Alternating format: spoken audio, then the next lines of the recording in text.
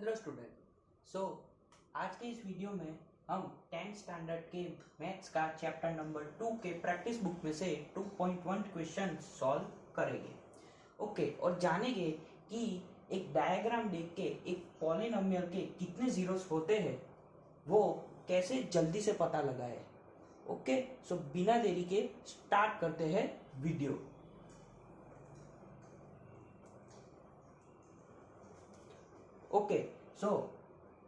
In the first question हमको ये diagram दिया गया है। ये एक्स एक्सिस है, एक्स एक्स डैश, ये वाई एक्सिस है, वाई वाई डैश, और ये पॉलिनोमियल का कर्व दिया हुआ है पी ऑफ एक्स के लिए।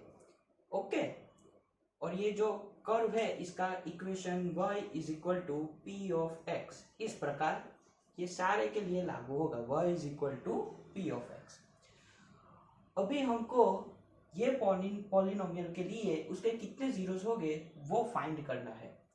तो मेथड ये है कि हमको देखना है कि ये जो पॉलिनोमियल है वो एक्स एक्सिस को कितनी बार इंटरसेक्ट कर रहा है या टच कर रहा है।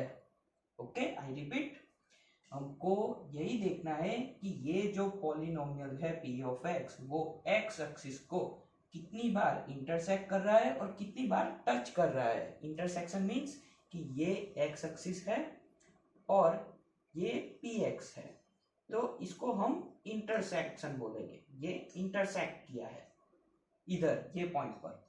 और टच का मीन्स है कि ये एक्स एक्सिस है और ये जो पी ऑफ एक्स है वो एक्स एक्सिस को ऐसे टच करके चला जाएगा। ऐसे ऐसे आया और ऐसे टच करके चला जाएगा। तो हमको ये केस भी काउंट करना है कि वो कितनी बार टच कर रहा है और कितनी बार इंटरसेक्ट कर रहा है।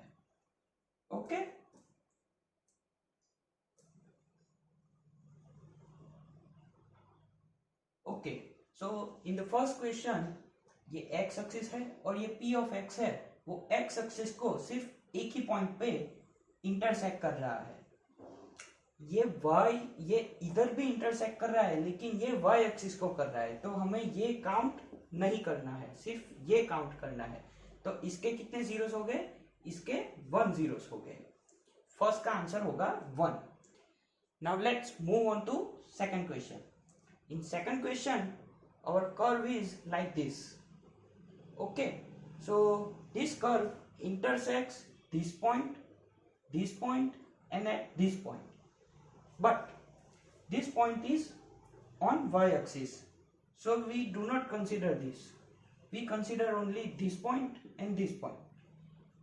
So this curve intersect the x-axis at 2 points. So इसके 2 जीरोस हो गए, 1 और 2। तो दूसरे क्वेश्चन का आंसर होगा 2। Now before moving on to left question, first please try on to your own and then again start the video. Now I am solve third question. So in the third question the curve is intersect at this point, at this point, this point and at this point, but curve intersect x axis only at 1, 2 and 3 points. This point is on y axis, so we do not consider this. So our answer is 3 zeros. For this question answer is 3 because it intersect this curve intersect the x axis at 3 different points, 1, 2 and 3.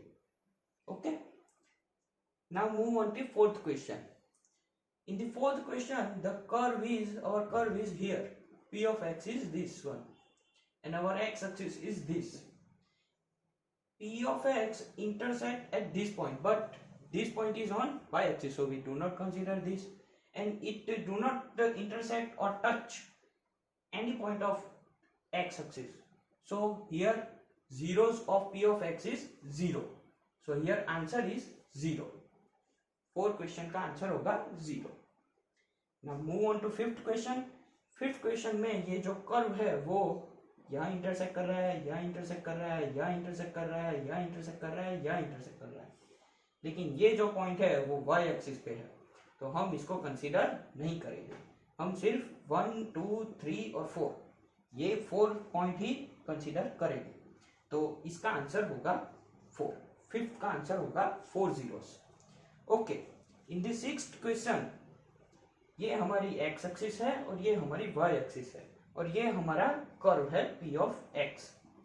ये जो curve है वो x axis को यह touch करके जा रहा है और मैंने आपको बोला था कि हमें ये केस भी कंसीडर करना है कि जब कर्व होगा वो एक्स एक्सिस को टच करके चला जाए। तो ये पॉइंट हमें कंसीडर करना है, काउंट करना है। तो ये काउंट करेंगे तो इसके जीरोस हो गए 1। ओके, तो इस मेथड के बाद आई होप आप विद इन 2 और 3 सेकेंड आप डायग्राम देख के ही कितने जीरोस है पॉलिनोमियल के वो बता पाएंगे।